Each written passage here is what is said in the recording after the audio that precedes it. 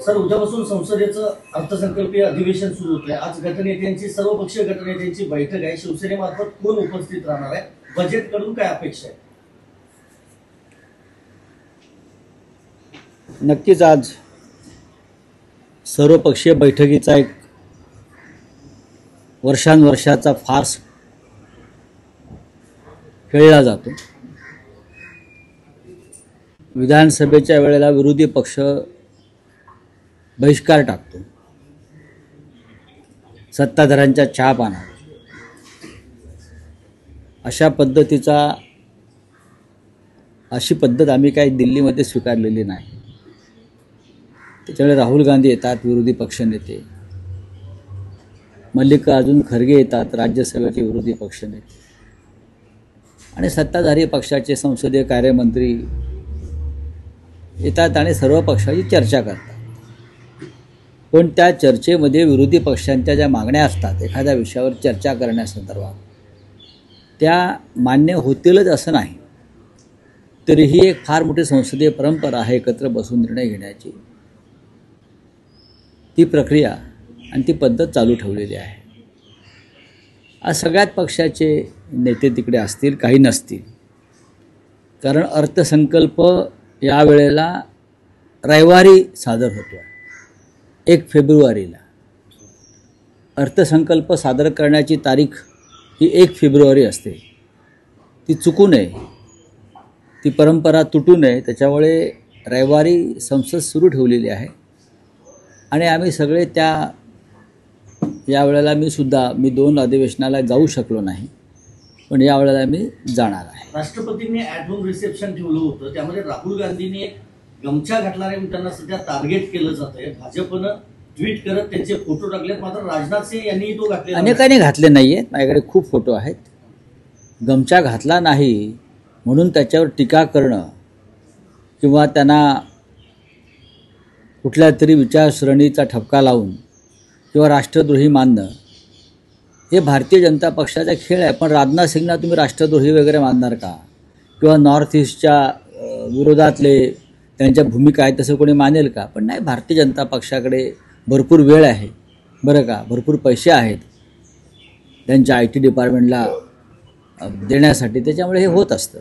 मुख्यमंत्री फडणवीस यांनी तुमचे विचार संकुचित आहेत म्हणूनच तुम्ही कोश्यारींना विरोध केला असं म्हटलेलं आहे. त्यांनी समर्थन केलेलं आहे कोश्यारींना जो सन्मान दिला त्याच्यावर. छत्रपती शिवाजी महाराजांचा अपमान करणाऱ्यांना विरोध करणं किंवा महात्मा फुले यांचा अपमान करणाऱ्यांना विरोध करणं हा विचार जर महाराष्ट्राच्या मुख्यमंत्र्यांना संकुचित वाटत असेल तर मी त्यांना कोपरापासून दंडवत घालतो बरं का. आमचं सरकार पाडलं वगैरे ठीक आहे, आमचं सरकार पाडून तुम्हाला बेकायदेशीरपणे मदत केली सत्तेवर आणण्यासाठी, हा विषय बाजूला ठेवा. घटनेचा खून, लोकशाहीचा खून, लोकशाहीची हत्या हे बाजूला ठेवा. पण छत्रपती शिवाजी महाराजांचा अवमान, शाहू फुले आंबेडकरांच्या महाराष्ट्रात महात्मा फुले सावित्रीबाई फुलेंचा अपमान जर महाराष्ट्राच्या मुख्यमंत्र्यांना बरं का ही गंमत वाटते आणि अपमान करणाऱ्यांना पद्मभूषण दिलं त्याचं ते समर्थन करत असतील तर या भारतीय जनता पक्ष आणि राष्ट्रीय स्वयंसेवक संघाच्या विचारसरणीला काय बोलावं? देशद्रोही तर म्हणता येणार नाही, कारण यांच्यासारखे राष्ट्रभक्त जगात नाहीत. इतरांना देशद्रोही म्हणू शकतात पण ह्यांना देशद्रोही म्हणता येणार नाही. महाराष्ट्राचा अपमान कोश्यारी यांनी केलेला आहे. त्यावेळेलाही देवेंद्र फडणवीस यांनी कोश्यारी यांच्या वक्तव्यावर सारवासारव केली होती. त्यांना असे म्हणायचे नव्हते, त्यांना असेच म्हणायचे होते वगैरे वगैरे वगैरे. त्या थाटात त्यांची बोलण्याची पद्धत आहे ती त्यांनी केली. प्रत्येकाच्या बाबतीत जेव्हा महाराष्ट्राचा अपमान होतो तेव्हा ते सारवासारव करण्याची जबाबदारी दिल्लीनं त्यांच्यावर दिलेली आहे. महाराष्ट्राचा अपमान करणाऱ्या कोश्यारींना, छत्रपती शिवाजी महाराजांचा अपमान करणाऱ्या कोश्यारींना किंवा फुले आंबेडकरांचा अपमान महाजनने केला ना काल, ही त्यांची परंपरा आहे. आणि त्यांना जर मोदी त्यांचा गौरव करणार असतील आणि राज्याचे मुख्यमंत्री कोश्यारींचं समर्थन करणार असतील तर महाराष्ट्र हे नाव तोंडात घेण्याची त्यांना घेण्याचा त्यांना अधिकार आहे का, हा प्रश्न आहे. रावसाहेब, गिरीश महाजनांनी व्यक्त केलेली दिलगिरी आपल्याला मान्य आहे का? त्यांनी दिलगिरी व्यक्त केली. नाही, ठीक आहे. असं आहे की एकदा त्यांनी ते कॅबिनेट मंत्री आहेत, त्यांनी जे दिलगिरी व्यक्त केली असेल ते त्या विषयावर पडदा पडला पाहिजे. त्यांनी जे दिलगिरी चुकीचं आहे. 26 जानेवारी या दिवशी भारताला संविधान मिळालं, भारत प्रजासत्ताक झाला. हां, अशा वेळेला डॉक्टर आंबेडकरांच्या नावानंच त्या सोहळ्याची सुरुवात व्हायला पाहिजे, हे सत्य आहे. आणि ती जी मुलगी आहे जाधव, तिच्या ज्या भावना उचमळून आल्या, त्यांचाही सन्मान व्हायला पाहिजे. त्यांनी ज्या पद्धतीनं डॉक्टर आंबेडकरांचा अपमान झाला म्हणून गणवेशामध्ये निषेध व्यक्त केला, मी त्यांचंही कौतुक करतो. पण आता मंत्र्याने माफी मागितलेली आहे, नाक घासलेला आहे, ह्याच्यावरती आता फार विषय ताणू नये. सर, याआधी आपण बघितलं तर मुंबई महापालिकेत भाजप, शिवसेना, शिंदे असा एक गट स्थापन होईल अशी चर्चा होती.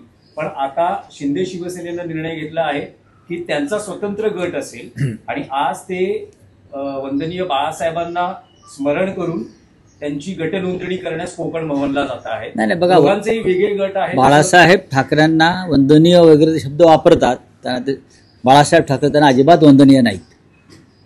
त्यांना वंदनीय फार तर मोदी, अमित शहा आहेत. त्यांना वंदनीय कोण आहेत? मोदी आणि अमित शहा त्यांना वंदनीय आहेत.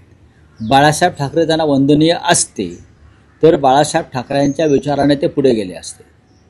छत्रपती शिवाजी महाराजांचा अपमान कोश्यारीने केला, निषेधाचा शब्द नाही. मुंबई तोडण्याची कारस्थानं सुरू आहेत, निषेधाचा शब्द नाही. यांना कसे बाळासाहेब ठाकरे वंदनीय? कशालाही नाटकं करताय, ढोंग करताय तुम्ही?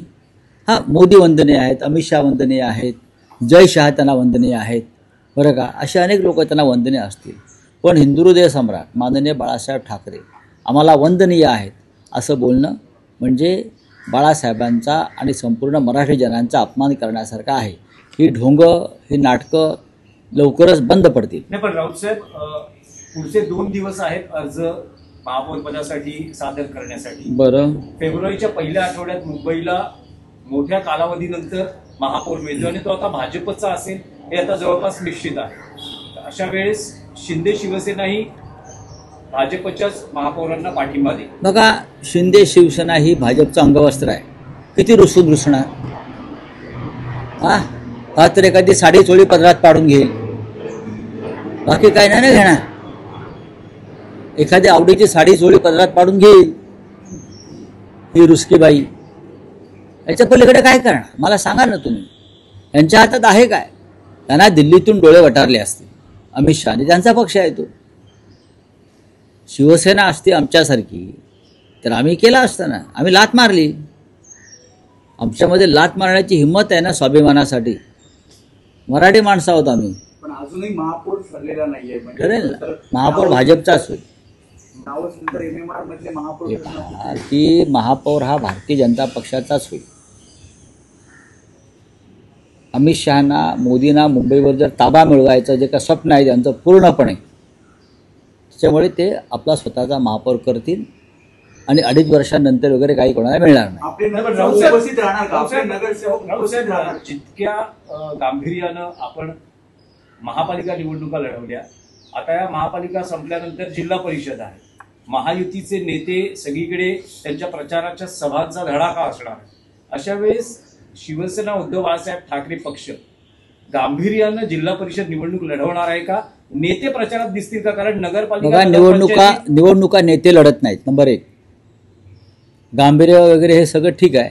निवडणुका कार्यकर्ते, पदाधिकारी स्थानिक पातळीवर लढत असतात. या निवडणुका ज्या असतात त्या प्रामुख्यानं त्या जिल्ह्यातले आमचे प्रमुख नेते आणि कार्यकर्ते लढतात. गेल्या काही काळापासून जो पैशाचा प्रचंड वापर सुरू आहे, ते तुफान जे आलेलं आहे पैशाचं, त्याच्याशी सामना करणं जरी कठीण असलं तरी आमचे कार्यकर्ते लढतील.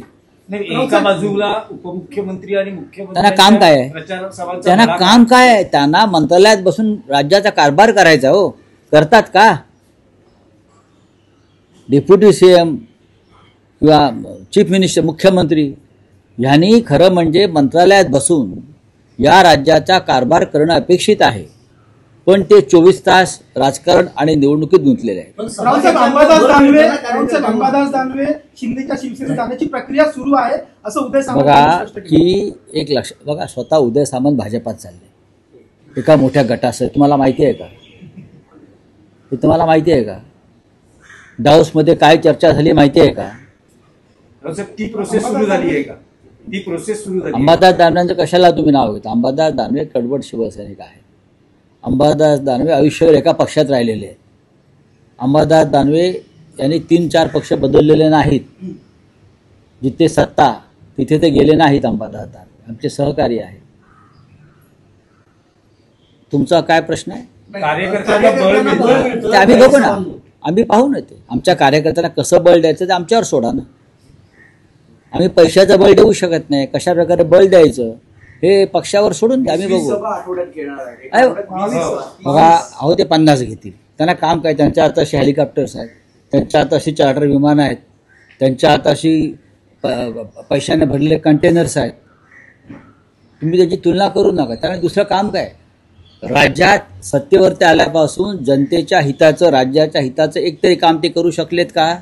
फक्त निवडणुका लढवणं, निवडणुका जिंकणं, माणसं फोडणं, माणसं विकत घेणं, हीच त्यांची लोकसेवा आणि महाराष्ट्र सेवा आहे. हा त्यांचा महाराष्ट्र धर्म आहे. पण राऊतसाहेब मुख्यमंत्री असं सांगतात, डावोसहून त्यांनी जवळपास 30 लाख कोटींची गुंतवणूक आणली. गेल्या वेळेस 16 लाख कोटी होती, यावेळेस 30 लाख. त्यांनी आधी मागची 16 लाख कोटीचा हिशोब दिला पाहिजे. मागच्या 16 लाख कोटीचा हिशोब झाला, बॅलन्स शीट टॅली व्हायला पाहिजे ना. वकील आहेत ते, आणि त्यांच्या मंत्रिमंडळात काही चार्टर्ड अकाउंटंट आहेत, गिरीश महाजनसारखे. त्याच्यामुळे त्यांनी मागचे 16 लाख त्याच्या आधी पण गेले आहेत ते डावसला. आमच्याकडल्या काही मंत्र्यांनी डावसला घरं घेतलेली आहेत, जाणं येणं कायम राहावं म्हणून. डावस फार सुंदर शहर आहे स्वित्झर्लंडमधलं. दलित गायिका अंजली भारती यांनी मुख्यमंत्र्यांच्या पत्नीबद्दल आक्षेपार्ह वक्तव्य केलं एका गाण्यामधून, आणि त्याच्यावर आता महायुतीचे नेते म्हणतात की त्यांच्यावर कारवाई झाली पाहिजे. बघा, मुख्यमंत्र्यांच्या पत्नी त्या आहेत अमृताजी, तरीही एखाद्या महिलेविषयी अशा प्रकारचं मी काय त्यांचं वक्तव्य ऐकलं नाही, पण आक्षेपार्ह वक्तव्य त्यांच्याविषयी केलं असेल तर त्याचं समर्थन करता येणार नाही. विशेषतः त्या स्वतः एक कलाकार आहेत, अमृता फडणवीस. त्या स्वतः संगीत क्षेत्रात त्यांचं नाव लौकिक आहे, आणि त्यांच्यावरती अशा प्रकारे मला कोणी काय म्हटलेलं माहीत नाही, पण तसं असेल तर मी निषेध करतो. अखिल भारतीय किसान सभेच्या वतीनं आंदोलन सुरू आहे. हजारो आदिवासी आणि शेतकरी मुंबईच्या दिशेने वाटचाल करतायत. लाल वादळ मुंबईत धडकण्याची शक्यता आहे. अजूनही सरकारकडून काही नाशिकवरून हजारो आदिवासी बांधव इथे निघाले आहेत. 8 दिवसापूर्वी पालघर जिल्ह्यातले हजारो आदिवासी बांधवांनी धडक मारली. चंद्रपूर, गडचिरोली येथे आदिवासींचे आंदोलनं सुरू आहेत. जल, जमीन, जंगल ह्याच्यावर आदिवासींचा अधिकार आहे, हक्क आहे, आणि महाराष्ट्रामध्ये त्याच्यावरती अतिक्रमण आणि आक्रमण होत आहे उद्योगपतींच्या माध्यमातून. आणि हे सगळे उद्योगपती भारतीय जनता पक्षाचे देणगीदार आहेत. हे लाल वादळ नसून, त्याला फक्त लाल वादळ म्हणू नका, हा महाराष्ट्रातील आदिवासींचा उठाव आहे. पण देवेंद्र फडणवीस बरं का, जे 50 सभा घेणार आहेत